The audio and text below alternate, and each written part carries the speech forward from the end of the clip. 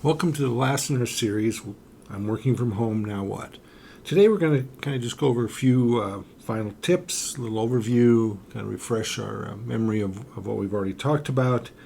We're also going to cover maybe a couple of different additional mitigation strategies we haven't looked at before.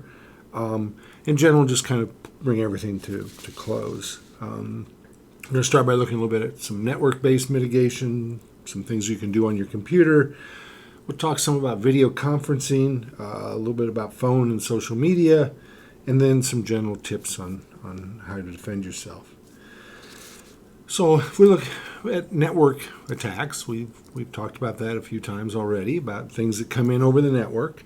There are some good practices that we use. One of those is something we call a VPN. You may have actually heard ads on TV and so on for various VPN type services. There's a good chance you working from home are already been instructed to use the company VPN. What the VPN does for you is it provides a secure channel between your computer and the organization at the other end of the VPN. The channel is encrypted. As you know, you have to log in order to use this VPN. So that's a very good thing to do. We'll talk about some places here in a little bit of sometimes you may want to turn off the company VPN. Another thing we hear people talk about a lot is firewalls. Firewalls are something we more often think of as being in large corporations to protect the company. Firewalls typically deal with inbound types of attacks. Now, most of your computer systems, your Windows or Apple, will have built-in firewalls, and generally they're configured to run straight out of the box.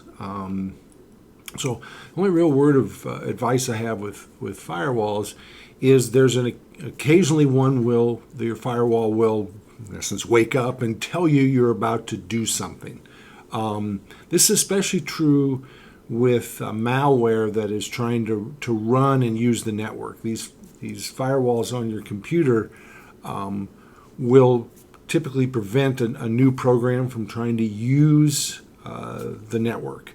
And so if it comes up and gives you a message like that, again, you want to look closely at that message and make sure that it really is a legitimate program that wants to use the network versus potentially malware. We've talked off and on about home wireless.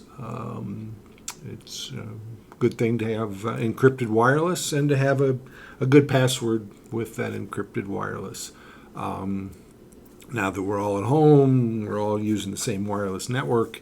Again, you just want to make sure you have a good password to keep others from using your wireless router. If we think about protecting your computer, we've already talked about malware and virus scanners. There's a lot of them out there. A lot of them are free. They're pretty much all the same. Some of them may have come with your computer. And in many cases, the computer you brought from work already has something installed. And so that's just, again, a good thing to have on your computer. We've talked over and over about backup. We're going to keep mentioning that. Please back everything up.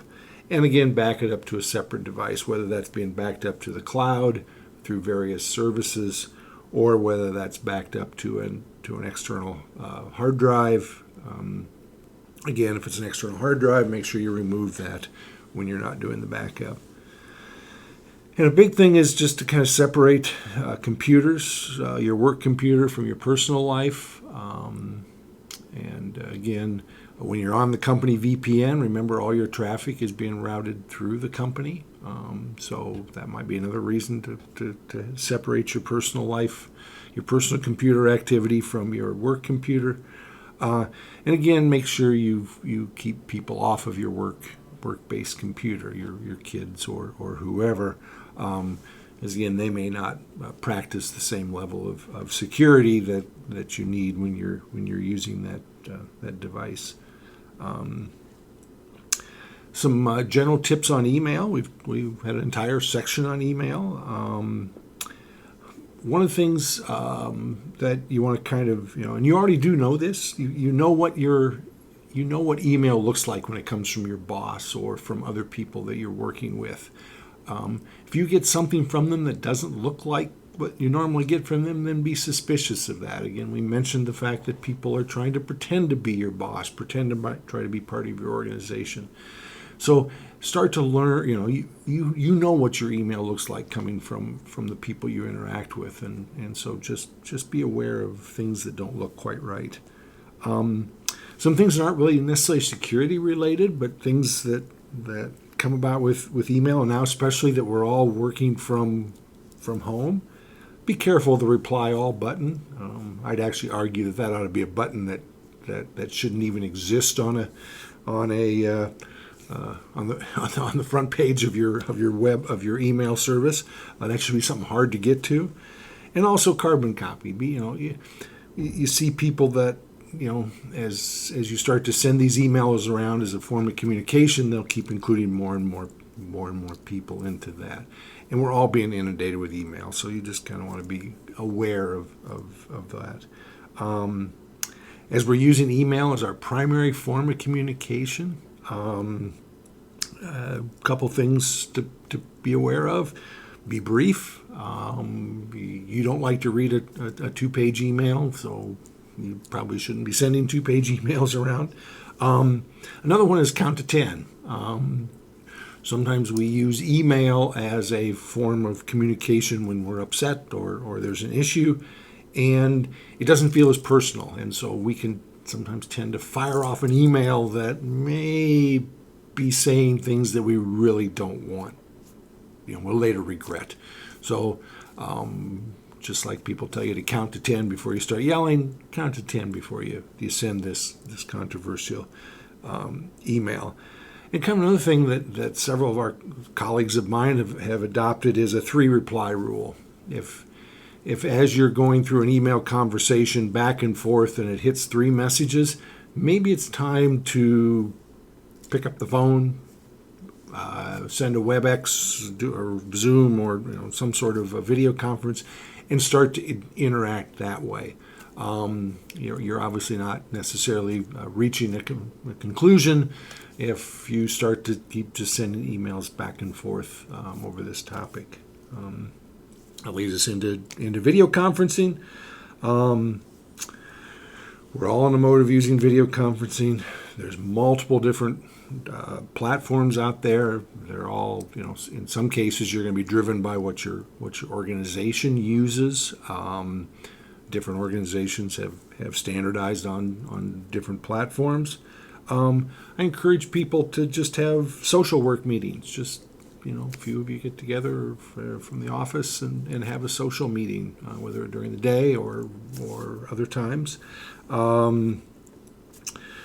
There's been some discussion out there about Zoom bombing and some of these types of things. This really comes about from you posting your meetings, letting the world know about your meeting. So again, look at potentially having passwords or protected meetings. Again, especially if it's a company meeting, you're going to want to restrict access to that meeting. So again, when you use your company video conferencing system, you need to know what your organization's policy is on using that for also your personal. And so you may want to be aware of using your company video conferencing service for personal video conferences. Again, from a video standpoint, we'll talk about this also again when we talk about bandwidth, but do you really need to have the video portion? I've been on meetings where we've actually the first 2-3 minutes, we've had the video on where we've got a chance to see each other and say hi to each other. And then we all drop back to no video mode, just to save bandwidth. So you think of different ways, and do you really need that video? And sometimes what you may actually want to disconnect from your company VPN, especially if the video conference is being hosted by a third party like a Zoom. It actually turns out to be quicker. As opposed to routing all your traffic through the company and back out again, you're going straight to Zoom. Now, when you've disconnected, you may not have access to your company resources, so you kind of need to be a little careful of some things may not work if you do that disconnect. Moving on to the phone, we really haven't talked a whole lot about your cell phone from a phone standpoint, or even your landline for the very few people that have landlines. But we all know caller ID can be spoofed, and we're seeing a lot of this phone scams. They know you're at home. They know that the phone is now becoming used a little more as a way to communicate. Again, just as with email, no legitimate business or organization is going to call you and ask you for information that they already have on you. They're not going to ask you for your social security number. They're not going to ask you for your credit card number. They're not going to call you and ask for any of that type of information that they should already have. And phone scammers play a lot on fear, emotion. So big thing is just to hang up. There are ways to report these types of activities. And that's all part of a tip sheet that we're going to have available on the website. So again, just be careful of what you get with the phone. We're all on social media a lot, and there's various good things about social media. It helps us keep connected, etc.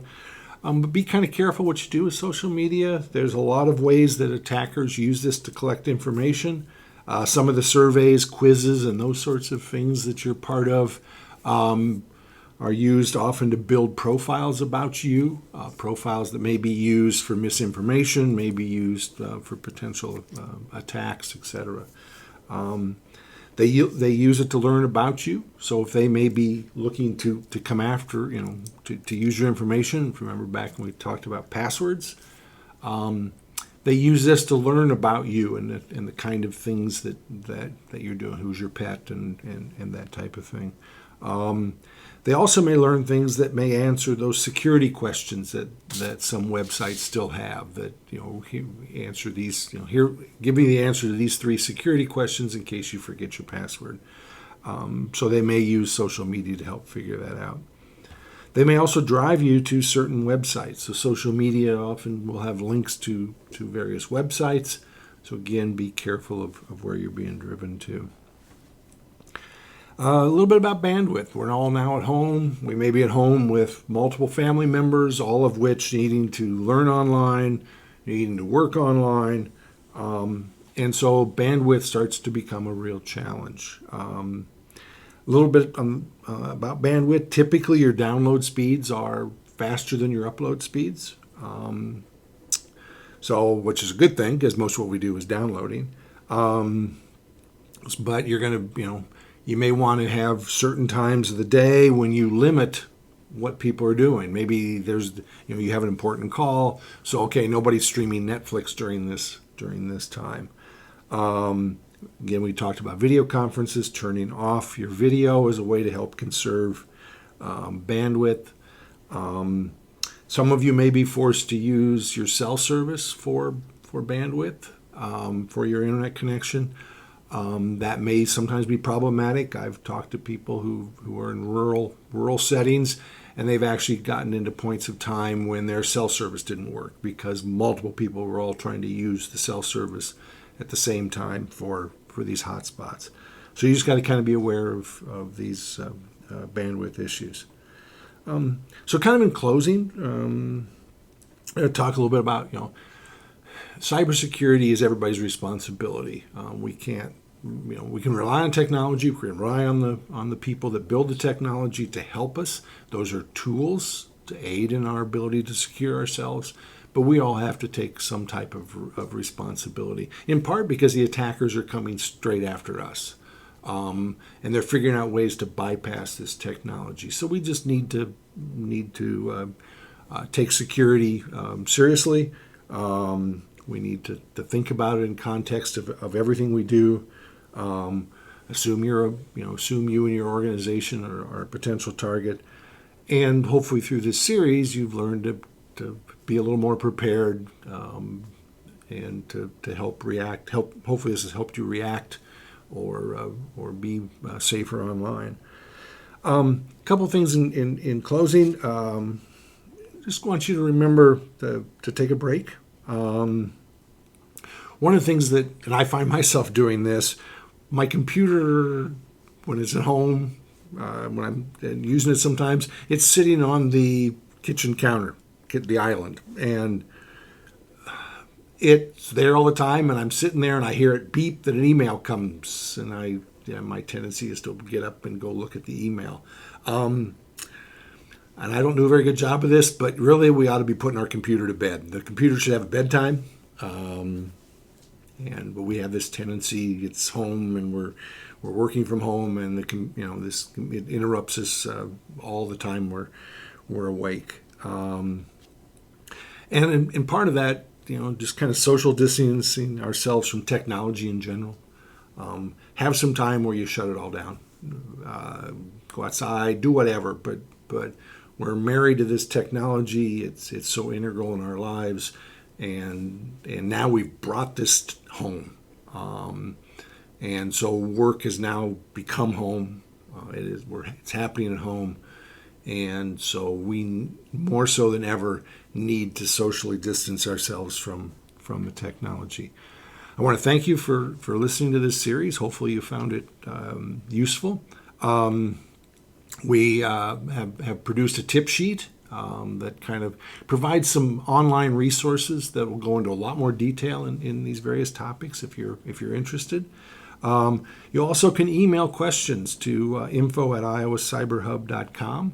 We'll try to answer those questions. If they're generic types of questions, we'll post a question without attribution back to you and the answer. If they're very specific, then we'll try to deal with them directly. So again, I want to thank Iowa State University, Des Moines Area Community College, the Iowa Cyber Hub for helping put all this together. Again, this is freely distributable under the Creative Commons license. So again, thank you.